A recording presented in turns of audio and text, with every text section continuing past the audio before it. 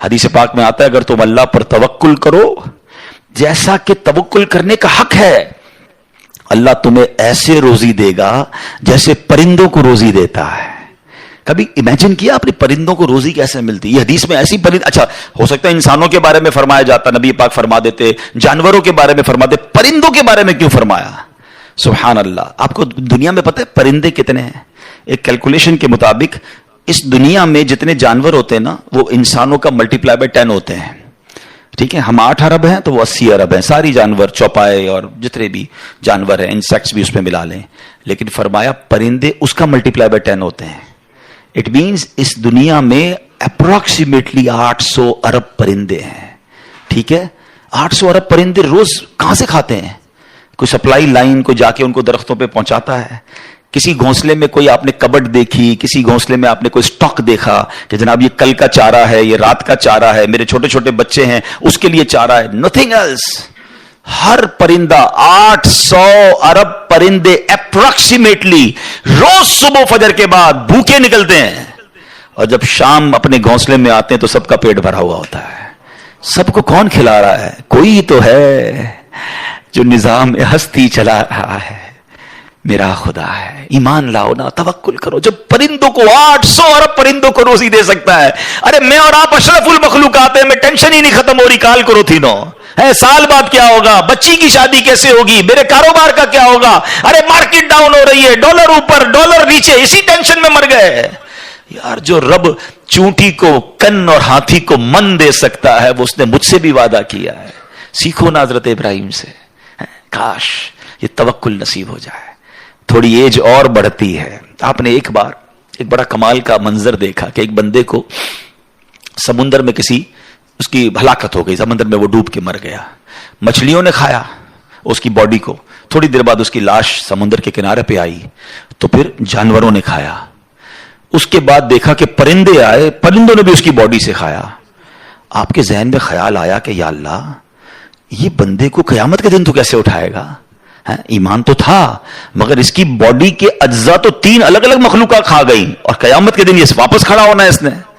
تو سبحان اللہ، آپ نے اللہ سے کہا وَإِذْ قَالَ إِبْرَاهِيمُ۔ پھر یہ دیکھیں حضرت ابراہیم کا یہ واقعہ بھی قرآن میں موجود، 3 پارے میں سورہ بقرہ۔ آپ کہتے ہیں وَإِذْ قَالَ إِبْرَاهِيمُ رَبِّ أَرِنِي كَيْفَ تُحْيِي الْمَوْتَى۔ اے اللہ، حضرت ابراہیم نے عرض کی کہ اے میرے رب مجھے دکھا دے تو مردے کیسے زندہ کرے گا؟ ارشاد ہوتا ہے قَالَ أَوَلَمْ تُؤْمِنْ، اے ابراہیم تو ایمان نہیں لایا، تجھے یقین نہیں؟ قَالَ بَلَا وَلَكِنْ لِيَطْمَئِنَّ قَلْبِي، اے اللہ ایمان لایا ہوں، مجھے یقین ہے مگر میں ذرا دل سے دیکھنا چاہتا ہوں اور قرار آ جائے، میں عین الیقین چاہتا ہوں، میں اس کو مزید دیکھنا چاہتا ہوں۔ قَالَ فَخُذْ أَرْبَعَةً مِّنَ الطَّيْرِ، قرآن کہتا ہے رب نے فرمایا کہ اچھا 4 پرندے لے، فَصُرْهُنَّ إِلَيْكَ ثُمَّ اجْعَلْ عَلَىٰ كُلِّ جَبَلٍ، فرمایا اس کو اپنے ساتھ ہلا لے، اپنے ساتھ مانوس کر لے، پھر ان کا ایک ایک ٹکڑا پہاڑ پر رکھ دے، مِنْهُنَّ جُزْءًا ثُمَّ ادْعُوهُنَّ يَأْتِينَكَ سَعْيًا، فرمایا پھر انہیں بلا، وہ تیرے پاس چلے آئیں گے پاؤں سے دوڑتے، وَاعْلَمْ أَنَّ اللَّهَ عَزِيزٌ حَكِيمٌ، اور جان رکھ اللہ غالب حکمت والا ہے۔ اب ہوا کیا، حضرت ابراہیم کو حکم ہوا کہ 4 پرندے لیں۔ اب آپ نے 4 پرندے الگ الگ لیے، مور لیا، کبوتر لیا، آپ نے مرغ لیا اور ایک گدھ لیا۔ ان 4 کو اپنے ساتھ تھوڑا ٹائم رکھا تاکہ وہ آپ سے انسیت پالے، تاکہ 4 کے بارے میں کنفرم بھی ہو جائے کہ یہی 4 ہے، کوئی اور مکس نہ ہو جائے۔ اس کے بعد آپ نے 4 کو ذبح کیا، 4 کا قیمہ بنایا اور 4 کا قیمہ مکس کر دیا، 4 کا الگ الگ نہیں، 4 کا ٹوٹل مکس کر دیا، اور اس کے چھوٹے چھوٹے پیس سمجھ لیں 4 پہاڑ پر رکھ دیے، الگ الگ پہاڑوں پر، اور 4 کی جو چہرے تھے یعنی ان کی کھوپڑیاں تھیں وہ اپنے پاس رکھی، اس کا قیمہ نہیں بنایا، یعنی ان کے سر آپ کے پاس ہیں 4 پرندے کے، 4 کا مکس قیمہ ہو چکا ہے، اور 4 الگ الگ پہاڑ پر رکھ دیے۔ قرآن نے کیا کہا تو انہیں پکارو ہیں۔ اب یہ بھی ذرا میں آگے آ کے بتاؤں گا اس ایک خوبصورت آیت کے اس جز سے کیا سیکھنے کو مل رہا ہے۔ قرآن نے کیا کہا کہ انہیں پکارو، تو آپ نے کہا یا ایھا الدیک، اے مرغ، یا ایتھا الحمامہ، اے کبوتر، یا ایھا النسر، اے گدھ، یا ایھا الطاؤس، اے مور۔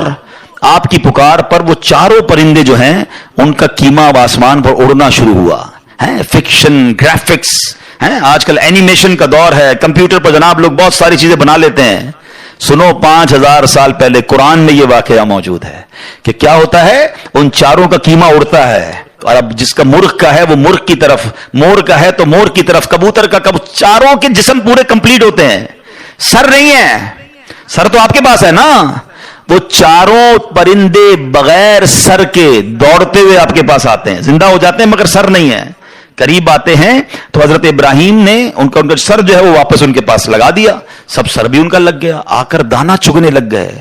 حضرت ابراہیم نے اپنی آنکھوں سے مردوں کو زندہ ہونے کا واقعہ دیکھا اور آپ کے دل کو اطمینان اور قرار آیا، میرا رب یہ ہے۔ کیسے ہیں کہتے کسی کو شیر کھا جائے، کسی کو مچھلی کھا جائے، کسی کی سمندر میں موت آ جائے، معاذ اللہ کسی کے پرخچے اڑ جائیں، کوئی آگ میں راکھ ہو جائے، میرا رب چاہے تو سب کو دوبارہ جسم، ان کی تمام باڈی کو پھر کریٹ کرے گا اور وہ قیامت کے دن جمع ہوں گے۔ حضرت ابراہیم نے یہ اپنی آنکھوں سے دیکھا۔ حضرت ابراہیم علیہ الصلوۃ والسلام کے اس واقعے سے کیا سیکھنے کو ملا؟ پہلی بات، میرے رب کی قدرت کیسی ہے، ان اللہ علی کل شیء قدیر، ٹھیک ہے۔ دوسری بات، علماء کہتے ہیں، صوفیانہ تفسیر اس کی لکھی گئی کہ 4 پرندے کیوں لیے گئے، کبوتر، مور، گدھ اور چوتھا مرغ۔ فرمایا ان چاروں کی نا ایک ایک بری خصلت ہے۔ مرغ ہے اس کے اندر شہوت بہت ہے، جو کبوتر ہے اس کو اپنی اڑان پر بڑا ناز ہے، بڑا تکبر ہے، بہت اونچا اڑتا ہے۔ فرمایا گدھ جو ہے اس کا کیا پرابلم ہے، گدھ کے بارے میں فرمایا کہ وہ لالچی بہت ہے۔ اچھا، پھر اس کے بعد ایک اور پرندہ ہے مور، اس کو اپنی خوبصورتی پر بڑا ناز ہے، اور خوبصورتی کی وجہ سے بڑا پراؤڈ فیل کرتا ہے۔ تو فرمایا یہ 4 بری عادتیں ہیں، اس کو ذبح کر کے یہ پیغام دیا گیا کہ اگر تم بھی اپنی اونچی اڑان، اپنے اونچے مرتبوں، اپنے اونچے مقام کا تکبر چھوڑ دو، اپنی خوبصورتی پر گھمن کرنا چھوڑ دو، ہوس اور شہوت کے بعد اپنے آپ کو بچا لو، لالچ کر کے دنیا کے بال کے پیچھے بیڑا غرق اپنا نہ کرو، اگر ان عادتوں کو ذبح کر دو تو اللہ آج بھی تمہارے دل کو زندہ فرما دے گا۔ ان کو زندہ کیا نا، فرمایا ان عادتوں کو ختم کرو، رب تمہارے دل کو زندہ فرمائے گا اور اس میں نور داخل فرما دے گا۔ اور علماء نے اس کی صوفیانہ تفسیر یہ لکھی۔ اور اب ایک اور عقیدے کی بات بھی، کنفیوژن پھیلانے والے بہت کنفیوژن پھیلاتے ہیں، میں تو قرآن سے آج آپ سے بات کر رہا ہوں نا۔ اللہ نے کیا کہا کہ انہیں پکارو، وہ تو دنیا میں نہیں تھے پرندے، مر چکے تھے، کیما بن چکا ہے، کیما بنے ہوئے پرندوں کو رب کہہ رہا ہے پکارو۔ حضرت ابراہیم نے کیسے پکارا، یا ایھا الدیک، یا ایتھا الحمامہ، آپ کبوتر کو پکار رہے ہیں، آپ گدھ کو پکار رہے ہیں، قرآن کہہ رہا ہے پکارو اور نبی پکار رہے ہیں۔ آج کسی کو نہ جانے یا رسول اللہ سے پرابلم ہو جاتی ہے، کسی کو یا غوث پاک سے یا پرندوں کو پکار رہے، قرآن کہہ رہا ہے، تو اس کا مطلب دنیا سے اگر کوئی چلا بھی جائے تو اس کو پکارنے میں کوئی خدا نہ خواستہ پرابلم نہیں ہے۔ اللہ سمجھ کے تھوڑی پکارتا ہے کوئی، اللہ کے بندے سمجھ کر ہی پکار رہے ہیں نا، اللہ کی مخلوق سمجھ کر پکار رہے ہیں۔